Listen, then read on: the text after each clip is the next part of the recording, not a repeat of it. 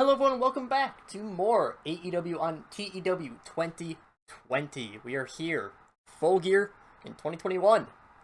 And we start off with our pre-show Battle Royales. I have too many people, so I had to do two Battle Royales for just the men.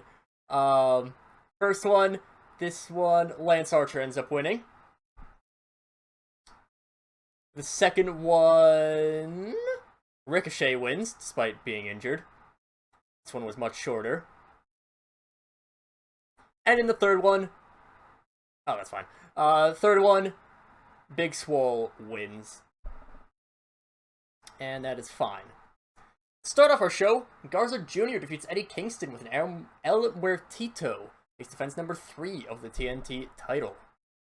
Following the match, Hiromu Takahashi leaps into the ring and gets face-to-face with Garza. Garza sighs and holds his title up. He's very clearly disinterested, while Takahashi touches the title like a weirdo.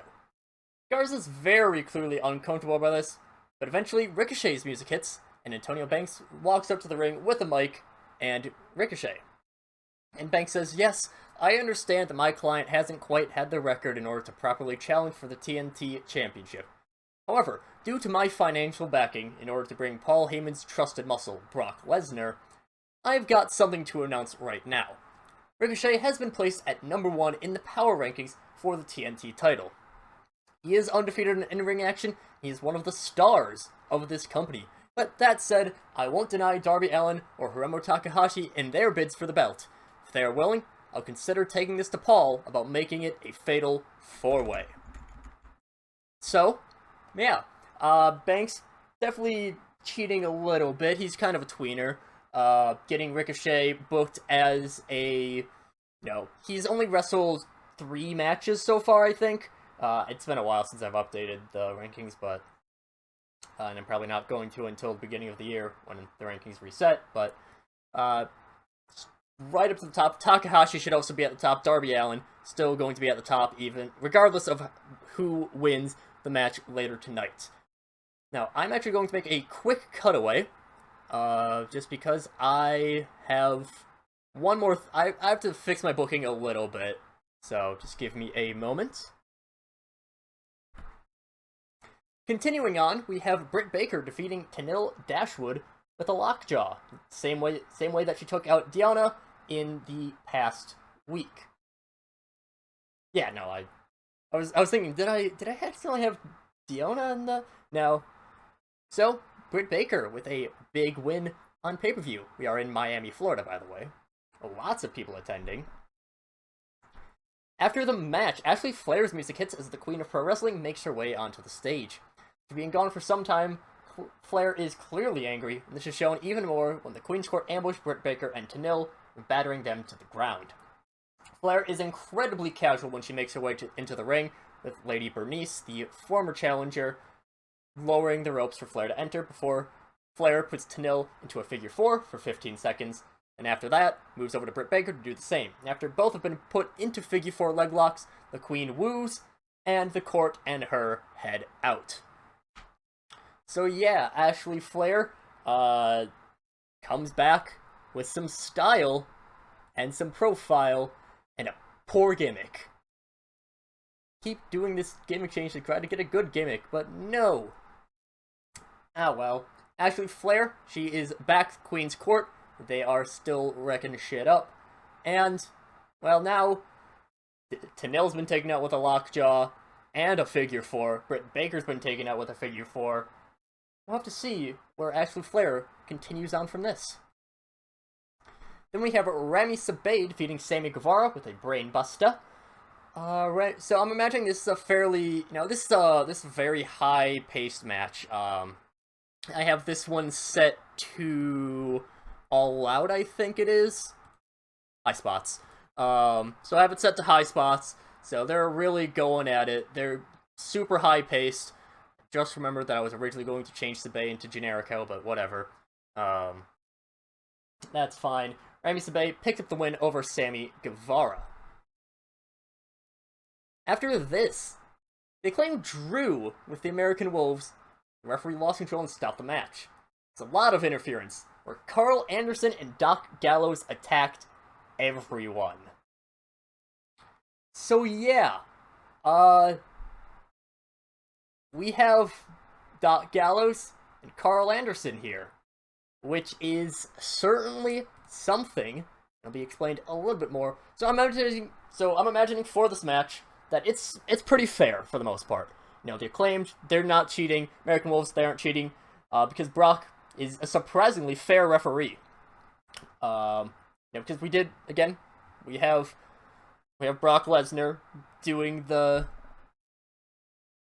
guest reffing, which just sounds hilarious. Again, I've mentioned this a few times, but still.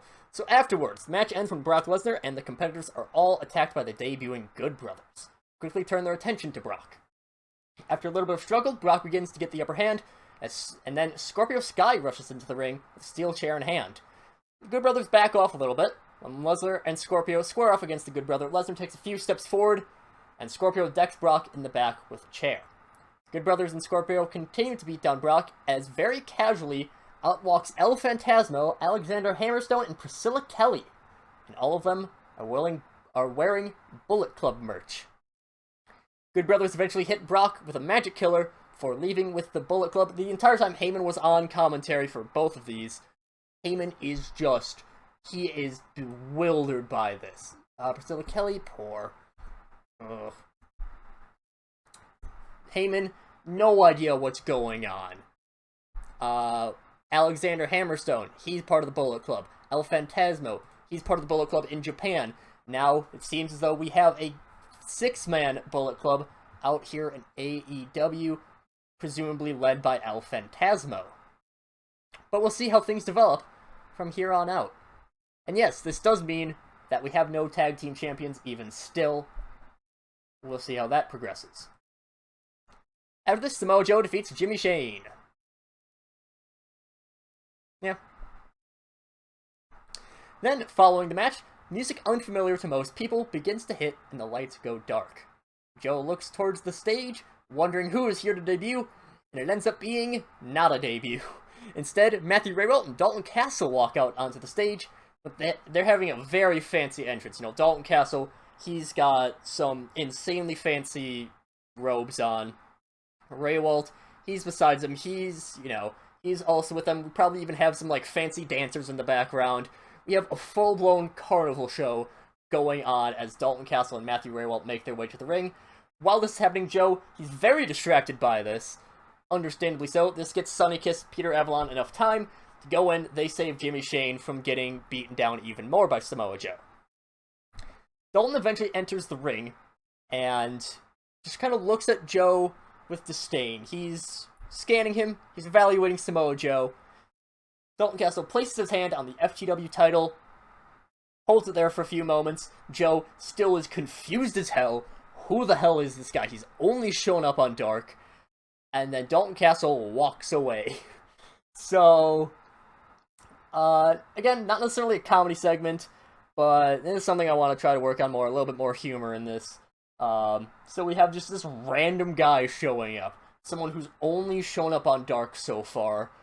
And he makes this big, grand pay-per-view entrance for the FTW title, which isn't a real title.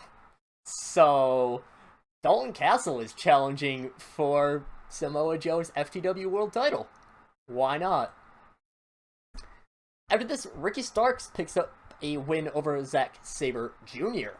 1 point goes to Team Taz. After this, we continue with Team Taz as Jeff Cobb gets a bit of a surprise win over Fergal Devitt with a tour of the Island's 81 rated match. Very nice. Jeff Cobb, defense number 4 of the U.S. title. He has defended against Ishii. He's defended against... defense number 2 was the one that we just had against Brody King. He's also had defense against Suzuki, and now he's defended against Fergal Devitt. Afterwards, Brian Pillman Jr.'s music hits, and a member of the Brutality Inc. makes his way to the ring, yelling at Jeff Cobb, a chair in his hand. Princeton quickly slide into the ring to protect Fergal Devitt. Pillman is completely ignoring him, just focusing on Jeff Cobb. Pillman swings the chair ahead, attempting to hit Cobb, but Cobb, he sees this coming, ducks out of the way, and Hook slides into the ring, hits him with a spear. But Hook's still very raw in the ring. Not a great spear. Hook gets up, he's celebrating. Pillman Jr. gets up, he picks up his chair again, slams it into Hook's back. Jeff Cobb turns around after hearing this, manages to fight off a chair shot. Tour of the Islands, Brian Pillman Jr. down. He stands tall, Princedom, they're escorting Devitt out of the ring. And seems like we have our next challenger for the IWGP United States Championship. Then we have Charles Betts defeating Brian Cage in a pretty good match. Great chemistry. Very nice. And then FTR defeats the Briscoes, making the score a nice 2-1 in Kurt Angle's favor. After the match, all Team Angle gets into the ring as the Briscoes roll out. Daz is clearly angry at the development. He yells that despite getting the majority of wins in these one-on-one matches, he still doesn't have any champions within his crew, while Taz has 2. Kurt Angle yells back saying that either FTR or Betts and Zack Sabre Jr. are going to win the tag team titles as soon as they can. However, they're then interrupted by Tully Blanchard's music hitting. Tully, Fred Yehi, Davey Boy Smith Jr., and Tony Deppen all come out onto the stage.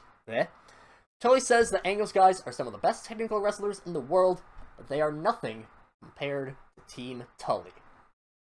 Well, he's not going to get in the way of the title ambitions. He's not going to hold them back. Still going to, first things first is the title. He's going to show that the technical prowess of his own guys is something that's been taught well by Tully, while Kurt has really done nothing for any of his. Seems like things are done with Taz, and maybe things move on with Tully Blanchard. After this, we have the VIP's Lounge match, where MJF ends up defeating Chris Jericho, and that is a shame that it kinda was bad. So, I'm imagining they start off in the lobby, you have, actual normal people going around what the hell, why are these guys fighting? Why are they wearing basically nothing? And they're fighting every so often, get into an elevator, they'll fight in the elevator to go up to another floor, walk out, fight some more on that floor, maybe even go up the stairs. I'm imagining Chris Jericho, I feel like Jericho would take a stairs bump, just roll down one flight of stairs before MJF moves back in, goes to fight, and eventually it ends out on the penthouse suite where the VIP's Lounge is actually filmed, and MJF, he's brawling with Jericho, they're going back and forth. Eventually, I guess MJF knocks Jericho down, stands up, on the bar, probably. So, little raised island, gets up on that, swanton bomb, onto Jericho, pins, I don't even know who the referee is. Brian Hebner comes in, good job, Luther. 1, 2, 3, pin in the VIP lounge. Afterwards, MJF is very exhausted. He takes a seat on his couch, breathing heavily. He's sweating, just drenched in sweat. Eventually, there's a knock on the door, and MJF, he seems to already know what's going on, tells him to come in, and it's the North and Chris Bay. The North has a few plates of expensive-looking food, while Chris Bay has a bottle of champagne, and specifically one with Chris Jericho's bubbly branding on it. MJF pops the bottle, the cork lands on Jericho's head, which I imagine probably takes a few takes. And he pours out 5 glasses. He says, 1 for the most important person in pro wrestling, 1 for my personal assistant, 1 for each of our bodyguards, and 1 for a soul now lost, and an old-timer sent to the grave. Sets the glass next to Jericho, they sip the champagne, they finish it off, and after they finish it off, MJF pours the rest of the bottle onto Jericho's head, tells the North to go take Jericho out of the penthouse, out of the lounge, Chris Bay, bring his glass with him, and then also call a cleaning lady, cleaning person, whatever. Call someone to clean up because there is a bunch of sweat all over the floor. There's champagne. MJF didn't think that part through, but things end with MJF out on top. Ace Austin and Jake Hager then defeat the Jurassic Express. Pretty even showing by both sides. Darby Allin then picks up the win over Jon Moxley. Mayu Iwatani defeats Kana and Riho when Mayu pins Riho with a frog splash. So this is a very close match the entire time. Right here it says that Riho's the weak link. She's still fantastic, it's just that she doesn't really have the pop. So it's very, very back and forth the entire match. have Kana. She's delivering stiff shots to Mayu. Mayu sells like hell because Mayu is amazing at selling. Now they're going at Riho. There's points at every all throughout this. There's points where someone is in control. Maybe like first 3 minutes, Kana's in control. Next 3 minutes, Riho's in control. Then it's Mayu. And then after that, it's very, very even. Eventually, Mayu dumps Kana to the outside. Probably hits some. I think she has a dragon suplex that she does. Hits Kana with the dragon suplex. Gets into the ring. Riho tries to hit her finisher. Mayu counters. Gets up the top rope. Frog splash. 1, 2, 3. Kana still on the outside, still groggy, and Mayu Iwatani picks up the win. 83 performance, very nice for someone with only 40 pop. After the win, Mayu still doesn't understand what's happened. Only a few seconds after her hand is raised and she's given the title, does it finally click for her, and Mayu drops down to her knees, crying in joy. However, she's too enamored with the win to realize that Kana has re-entered the ring, and Kana just shin right to Mayu's face. Mayu, she has a really great sell where she's just completely bent backwards. And then Kana storms over to Riho, locks her in a Kana lock, and the Empress is just going ham. Refs try to peel Kana off, but eventually Kana just lets go of her own will. She just glares at Mayu and leaves. As the celebration continues with Mayu, she's even groggier than before. She still has no idea what's going on. You might be worried that she's concussed at this point. But Mayu, your AEW Women's Champion. I'm a huge Mayu simp, so building it up to this point. After this, Kenny Omega. That was supposed to be Adam Cole winning.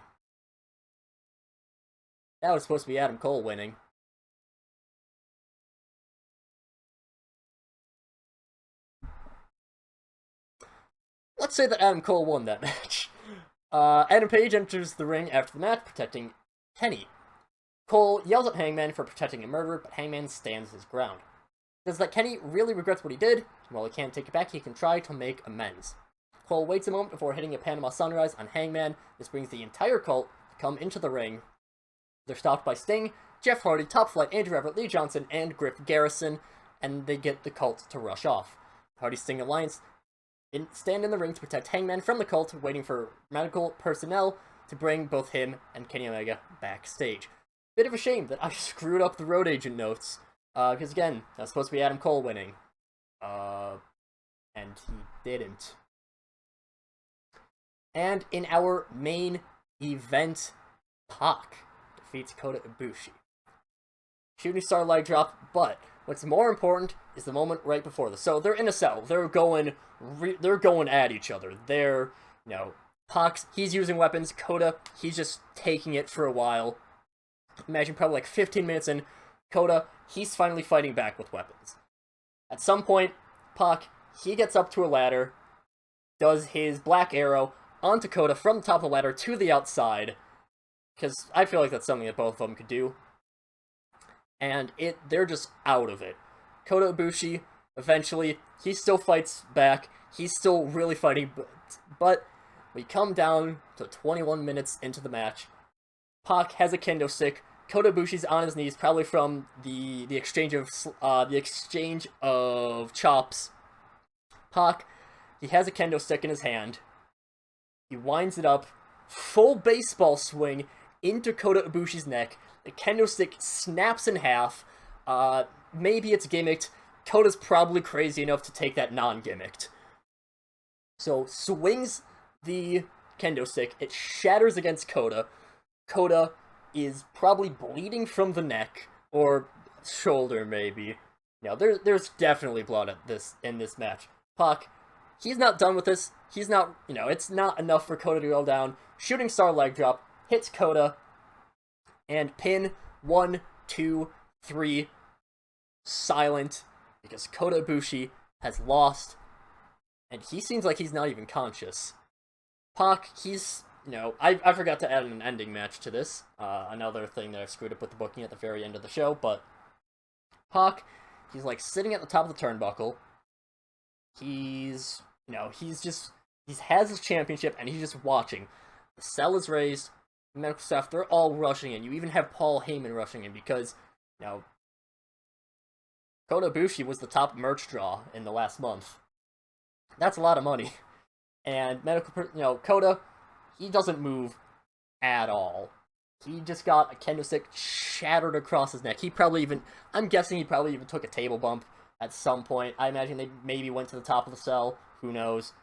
But show ends with Pac winning your AEW World Title 80 rated show. Honestly, kind of disappointed by that. Following this, I'm going to try to work once more with the crowd management. Since I think that just brings for more potential for things to go really good. I have to remember to find some matches to cool down the crowd. Probably in this case, like, I would have the ASOS and Jake Hager, that would cool down the crowd. I just like having two, essentially, I always like having co-main events, so, yeah. But, still, I think that's a good show. We have 2 title changes, and a title still here, as well as the Bullet Club also arriving. We'll see what they're all about in the upcoming weeks of Dynamite.